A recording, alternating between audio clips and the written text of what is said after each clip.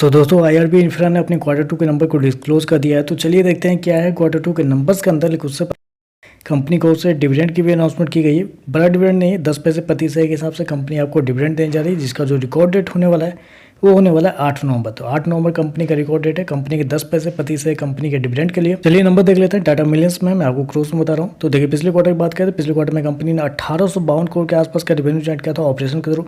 पिछले साल देखें तो 1744 करोड़ के आसपास, जबकि अभी देखें तो गिर के 1585 करोड़ कंपनी का जो रेवेन्यू है वो आपको जाता हुआ देखने को मिला है। तो साल से साल देखें तो साल से साल कंपनी के रेवेन्यू के अंदर गिरावट आपको देखने को मिल रही है। लगभग बोल सकते हैं आप 9% के आसपास की गिरावट है कंपनी के रेवेन्यू के अंदर साल से साल। वहीं अगर क्वार्टरली बेसिस पे जाते हैं तो क्वार्टरली बेसिस पे कंपनी के रेवेन्यू के अंदर एक अच्छी खासी गिरावट आपको देखने वहाँ देखें तो लगभग बोल सकते हैं 15% के आसपास की गिरावट है। तो कंपनी के रेवेन्यू देखें तो इस क्वार्टर में आपको गिरता हुआ देखने को मिला है। साल से साल क्वार्टर दोनों कंपनी शो कितना गया 1585 करोड़ के आसपास का रेवेन्यू कंपनी इस क्वार्टर में शो किया है, जबकि मार्केट का अनुमान था लगभग कंपनी के रेवेन्यू को लेके वो था लगभग 1780 करोड़ के आसपास। मार्केट मान के चल रहा था कि साल दर साल कंपनी का रेवेन्यू फ्लैट होता हुआ देखने को मिलेगा, क्योंकि हर कुछ महीने पे कंपनी की तरफ से अपडेट आ जाती है कि उनका टोल कलेक्शन 10% 15% बढ़ता हुआ देखने को मिला। तो ऐसे में मार्केट को उम्मीद था कि लगभग थोड़ा सा बेहतर होगा पिछले साल के मुकाबले।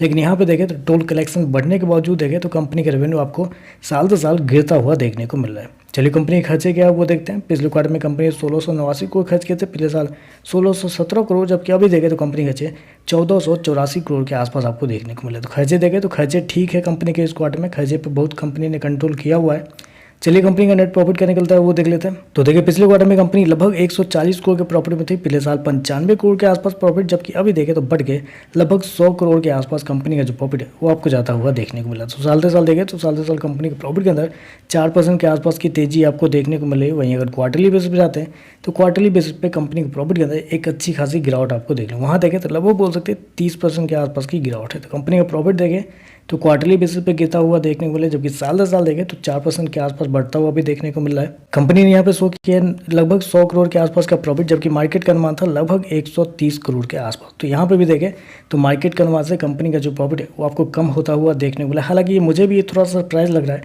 क्योंकि कुछ दिनों पहले ही कंपनी के अपडेट आए थे जिसमें कंपनी ने बताया कि उनका टोल कलेक्शन 15% के आसपास बढ़ता हुआ देखने को मिला है। हर महीने कंपनी का अपडेट आता है टोल कलेक्शन बढ़ रहा है। जब बढ़ रहा है तो कंपनी का प्रॉफिट और कंपनी का रेवेन्यू कैसे गिर रहा है, ये एक क्वेश्चन मार्क यहाँ पे निकल के होना चाहिए। ईपीएस देखें तो ईपीएस भी आपको साल दर साल देखें तो हल्का सा बढ़ा है, लेकिन क्वार्टरली बेसिस पे गिरता हुआ देखने को मिला। तो ओवरऑल देखें तो थोड़े से कमजोर नंबर आपको देखने को मिल रहा है, क्योंकि रेवेन्यू के अंदर गिरावट है साल दर साल क्वार्टर दोनों, जो कि सबसे बड़ा क्वेश्चन मार्क है। और दूसरा ये है कि कंपनी का प्रॉफिट भी देखें तो साल दर साल मात्र 4% बढ़ा है, जबकि क्वार्टरली बेसिस पे गिरता हुआ देखने को मिल रहा है। और जो मार्केट का अनुमान था कंपनी के नंबर्स को लेकर उससे कमजोर कंपनी के नंबर आपको देखने को मिल रहे हैं। तो चलिए बस आज के लिए बस इतना ही। वीडियो पसंद आए तो लाइक कीजिएगा, साथ में साथ चैनल को सब्सक्राइब जरूर कीजिएगा। धन्यवाद।